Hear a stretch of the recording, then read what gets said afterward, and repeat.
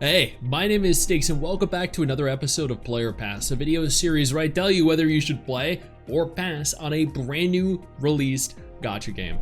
Today we're taking a look at ETE Chronicle, and I know what you're taking a look at right now, and that is the character that is on display in the background. And you know what? I'm not gonna shame you for that. That's okay. While I'm looking directly at you, I'm using my my peripheral vision here to also look at her and her great assets that are on display, that are a focal point of the game and are one of the reasons that you should totally play it. Now, this is a game that I haven't really, like a game style, a type of game that I haven't really played before, and I'll show you why that is. Before we jump into the video though, I do want to note I do have a tier list that I recommend you go take a look at before you start the game so you don't make any mistakes. I might also have a beginner's guide up at some point in the future as well, so be on the lookout. Navigating on over to the battle screen, you'll see that there are numerous chapters, a grand total of, holy crap, 15. And I'm at 2. I've pretty much finished 2 and moving on to 3. But there are evidently 15 chapters. There are story quests, there are material quests. Material quests, of course, allow for you to farm things that are going to largely benefit your characters, XP items, ascension materials. The story itself, admittedly, I'm gonna be honest with you, is incredibly boring. I ended up skipping through quite a bit of it because it is just the biggest convoluted mess of absolute nonsense. But I'm sure there are gonna be some people out there that enjoy it, and that's perfectly fine. The chapter screen features numerous different missions. Chapter 2 evidently features 9. I have not finished 2.9 right now, but let me show you what the gameplay is like. Before starting, you choose 4 different units that you can deploy. I have 4 that are level 230 right now. I only have 1 S tier hero right now, and I obtained that through the character guarantee. I've been incredibly unlucky otherwise. This is the gameplay. You deploy one of 3 different unit types. There are aerial units, there are land units, and there are water units. The combat essentially has you control one of 4 different incredibly hot waifus and engage enemies in combat. You can, well, right now the game is auto playing, but if I disable that, I can freely maneuver around, and I can dodge, I can fire with my normal attack, with my abilities. I can use down the bottom right, there are numerous different, like, I'm gonna go out and just kind of like simplify this for you, but there are multiple different colors, and essentially each color indicates kind of like an elemental affinity. So each character is good against a different element, and therefore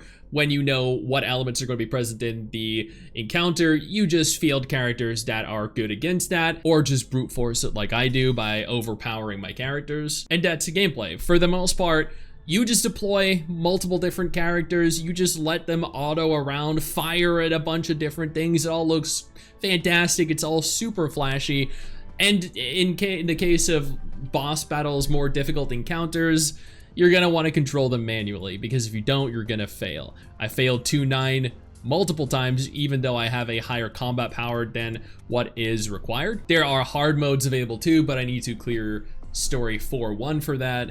I didn't want to do that. The reason for that is, honestly, I just wasn't interested in continuing beyond chapter 3. Not because the game is bad, but because the game is just like a bunch of other games that I've played, and honestly, it isn't better than them, so I wouldn't waste more time in this. Navigating on over to the challenge mode. Admittedly, I haven't actually unlocked this yet because they're unlocked at either higher levels or further points in the story than I currently am. There are daily missions. You fulfill these by just playing the game. There are weekly missions, which are the same thing. There are numerous different events going on right now. The rookie check-in, which rewards you with sets of 10 pulls, what seems to be an incredibly powerful EX rarity weapon, a character at day 2's login, White Swan. There are level up rewards as you continue to play the game, chapter rewards for completion, EP support rewards for just logging in at certain times. There's a store, but I mean, outside of the skins, I don't really see much purpose in actually visiting. The stores look decent. I'm super disappointed in the fact that the characters don't really have much in terms of physics. Like, they look really good, but then it's super disappointing seeing the lack of movement when you actually rotate the characters. Like, if I'm going to spend money on a skin, like, that costs $13. If I'm going to spend $13 on a skin, these things better hit me in the face. Otherwise, to me, that's just not worth it. This one's $25. I'm sorry, it's just not worth it. And then from the store, you can also buy the Ring of Vow, which allows for you to marry your characters. Before we go any further, I do want to take a moment here to thank all of my incredible patrons over on Patreon and my YouTube channel members who allow for me to continue to do dedicated videos like this every single day. You guys are absolutely phenomenal, and I genuinely cannot thank you all enough for the support. I think one of the coolest features in this game, actually there are two really cool features in the game. There's a dormitory, which we'll touch on in just a moment, and then there is this, the walk feature. This allows for you to manually control your character, and this actually does have quite a bit of physics present. I think the characters look incredible in-game, like with these specific character models. She does look a little disproportionate, like her head looks a little disproportionate to her body, but overall, I'm not gonna complain because she looks fantastic.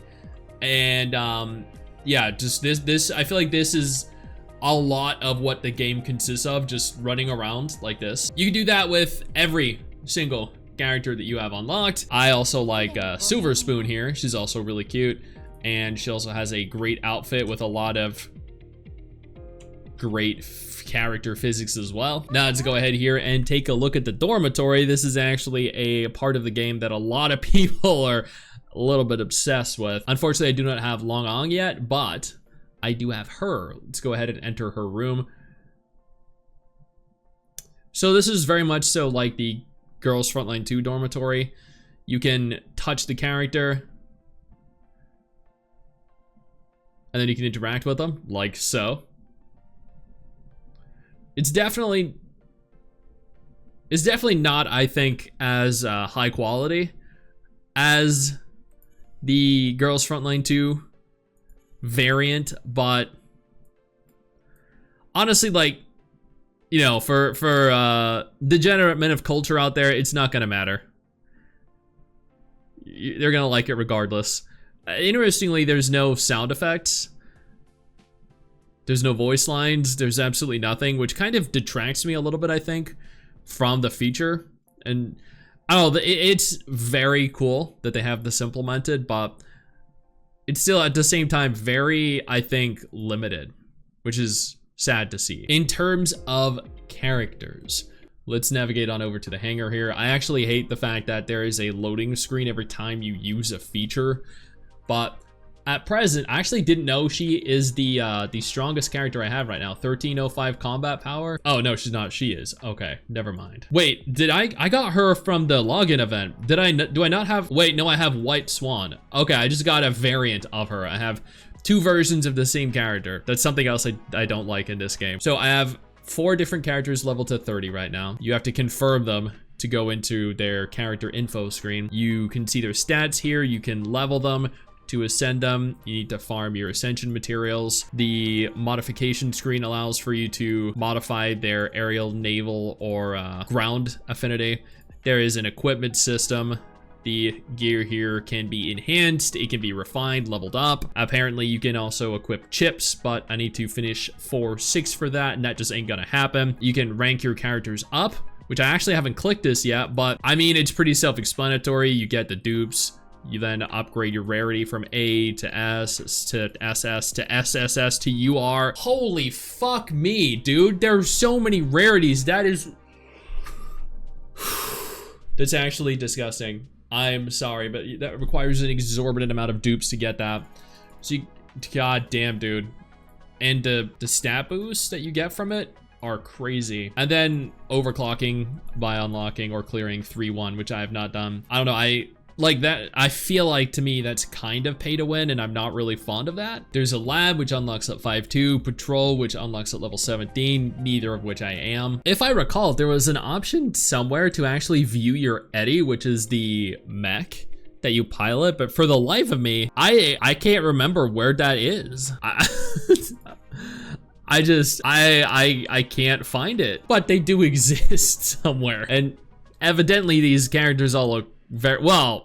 Some of them look very good. Not all of them look good, but you know, this is a gacha game after all, and a lot of these are actually just A rarity units as opposed to S tier units, so I'm assuming the S tier characters are going to look vastly superior. And then the gacha.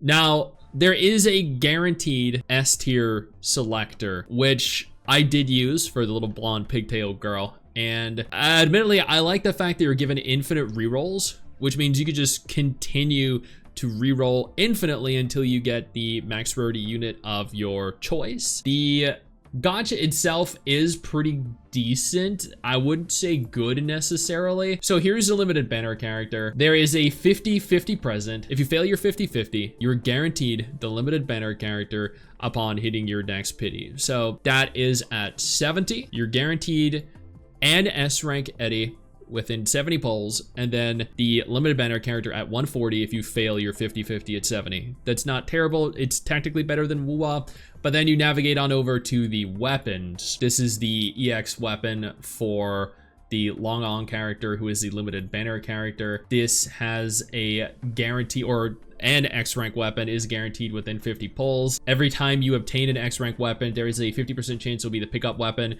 If it is not obtained, the next X rank weapon is guaranteed to be the pickup weapon. So here, at least, not in the standard, but in the limited banner for weapons, you are guaranteed it after a 50-50. So you fail your 50-50 at 50, then you are guaranteed it by 100 pulls.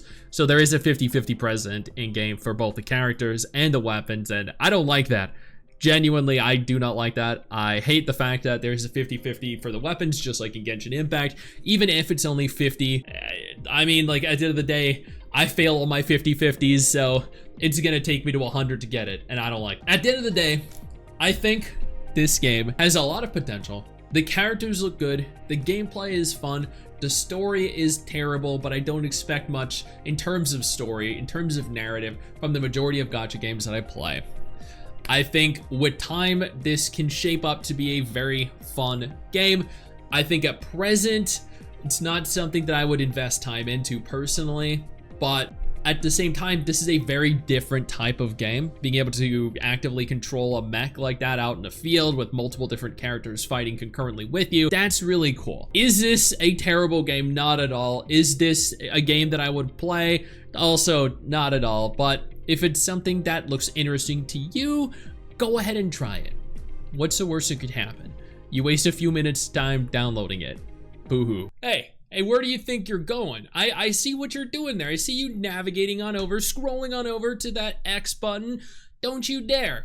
What I need you to do is take a moment and click one of the videos that are about to appear as soon as I'm done talking. And trust me, you're gonna wanna.